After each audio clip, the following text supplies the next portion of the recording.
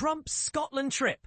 Business profit blending. Trump's recent visit to Scotland exemplifies a striking blend of authority and personal gain. In his second term, the presidency has not only become intertwined with private interests, but is now actively being leveraged to promote them. The shadow of Trump's business ventures looms larger than ever over his official responsibilities, intertwining with trade discussions, international engagements, and presidential travel. It increasingly seems that Trump's presidency operates as an extension of his business brand. His latest trip to Scotland made this connection impossible to overlook. Initially characterized by the media as a private trip for the inauguration of a new golf course at Trump International Scotland in Aberdeenshire, the narrative shifted to a working visit as framed by the White House. This included tightly scheduled meetings with global leaders interspersed with golf outings and promotional activities, predominantly at Trump-owned venues.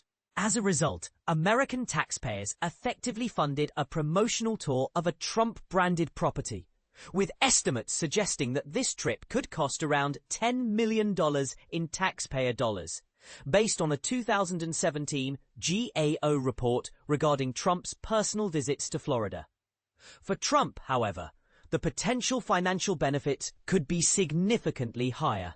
Analysis of disclosures from the Office of Government Ethics reveals that Trump has consistently earned more from his Scottish businesses than from any other foreign country. Since he took office in 2017, he has reportedly made over $206 million from his Scottish enterprises, which constitutes about half of his total $412 million income from foreign businesses during that period. The meetings Trump held in Scotland further complicate the situation. These discussions, primarily taking place at Trump-branded locations, included notable figures such as European Commission President Ursula von der Leyen, Scottish First Minister John Swinney, and British Prime Minister Keir Starmer. Yet, this is just the tip of the iceberg. UK media has speculated that Trump and his administration are pressuring Starmer to facilitate the return of the Open Championship to Trump's Turnberry golf course. UK officials reportedly met with the RA, the governing body of the tournament, to discuss this possibility. The RA's new chief executive acknowledged having productive conversations with Eric Trump, who co-leads the Trump Organization with his brother Donald Trump Jr. However, he emphasized that the governing body would not be influenced by requests from the UK government, citing the logistical challenges of hosting such a large event at Turnberry. While this golf diplomacy may seem merely symbolic, it carries significant implications. Securing the tournament would not only enhance the prestige of a Trump property, but also bring in substantial revenue. The intersection of diplomacy and personal interest, which would have once raised alarms across the political spectrum, now barely registers in the relentless news cycle. Yet the risks associated with this overlap remain. Under the leadership of Trump's eldest sons, the Trump Organization has announced a series of international projects that often coincide with his presidential travels.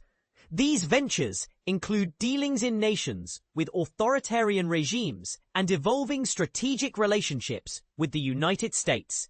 Trump's first major international trip of this term commenced in Saudi Arabia, where the development of Trump Tower Jeddah is underway, and also included visits to Qatar and the UAE.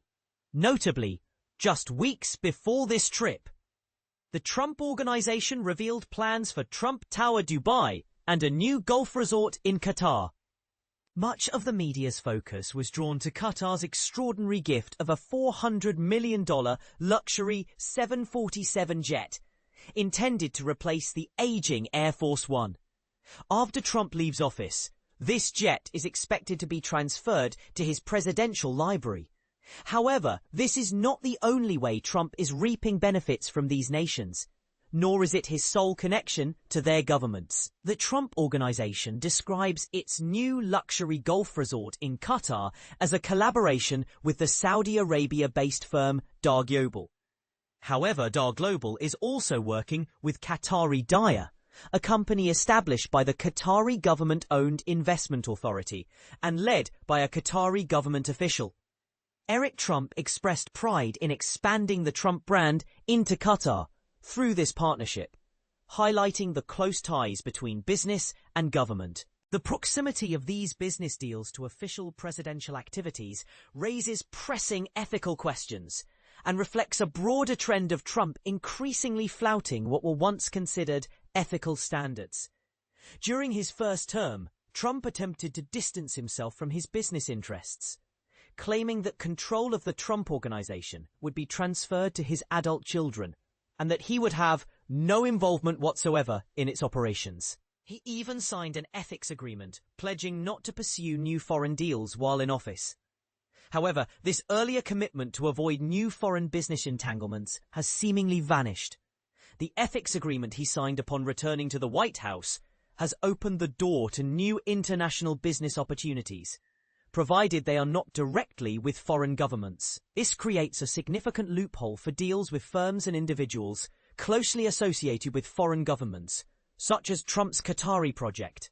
Given that Trump's business endeavors could be perceived as informal channels to gain favor or indicate alignment, the risks extend beyond mere reputation. The emoluments clause exists to prevent federal officials from accepting benefits from foreign states without congressional approval. Although lawsuits invoking this clause were dismissed after Trump's first term, the underlying concerns remain unresolved and largely unaddressed in the current administration. From Doha and Dubai to Turnberry and Aberdeenshire, Trump's second term is redefining the nature of diplomacy when the president is also a business owner. The lines between public service and private profit are not just blurred, they are being redrawn, and Trump is the one wielding the pen. Anna Masoglia is an investigative journalist and independent analyst who publishes Influence Brief, a newsletter focused on power and political influence. Exploring Trump's golf courses. New opening in Scotland. Where are Trump's golf courses? Here's the full story. President Donald Trump opened a new 18-hole golf course at his Trump International Scotland Resort near Aberdeen, Scotland. The course, officially launched on July 29, is part of a growing network of properties owned by the Trump Organization. The course, which will open on August 13, is one of several global locations where Trump Golf operates, including resorts in Ireland, Dubai, Indonesia, and more. Trump's sons, Eric and Donald Jr., who manage the Trump Organization, were present at the ribbon-cutting event, alongside the president himself. Trump emphasized that the golf course isn't just a leisure activity, but a strategic move tied to his broader agenda. During the event, he joked, "We'll play it very quickly, then I go back to DC and we put out fires all over the world." This line, delivered during a speech that also touched on trade negotiations with the European Union, underscored Trump's focus on global politics over golf.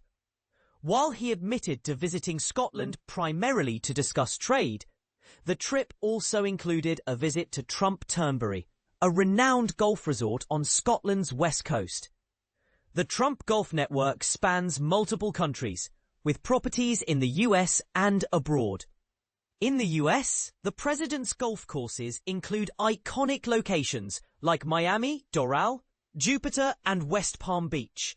The Trump International in New York, Philadelphia, and Los Angeles are also part of the chain. However, the Scottish resort is unique in its scale and prominence, reflecting Trump's global influence. The controversy lies in the Trump Organization's role in managing these properties. Critics argue that the family's ties to the presidency could create conflicts of interest, especially as the Trumps own a significant share of the golf courses.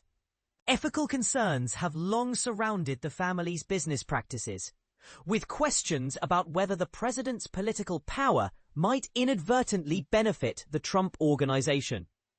Despite these debates, Trump insists the golf courses are a personal endeavor, though some view them as a symbol of his brand.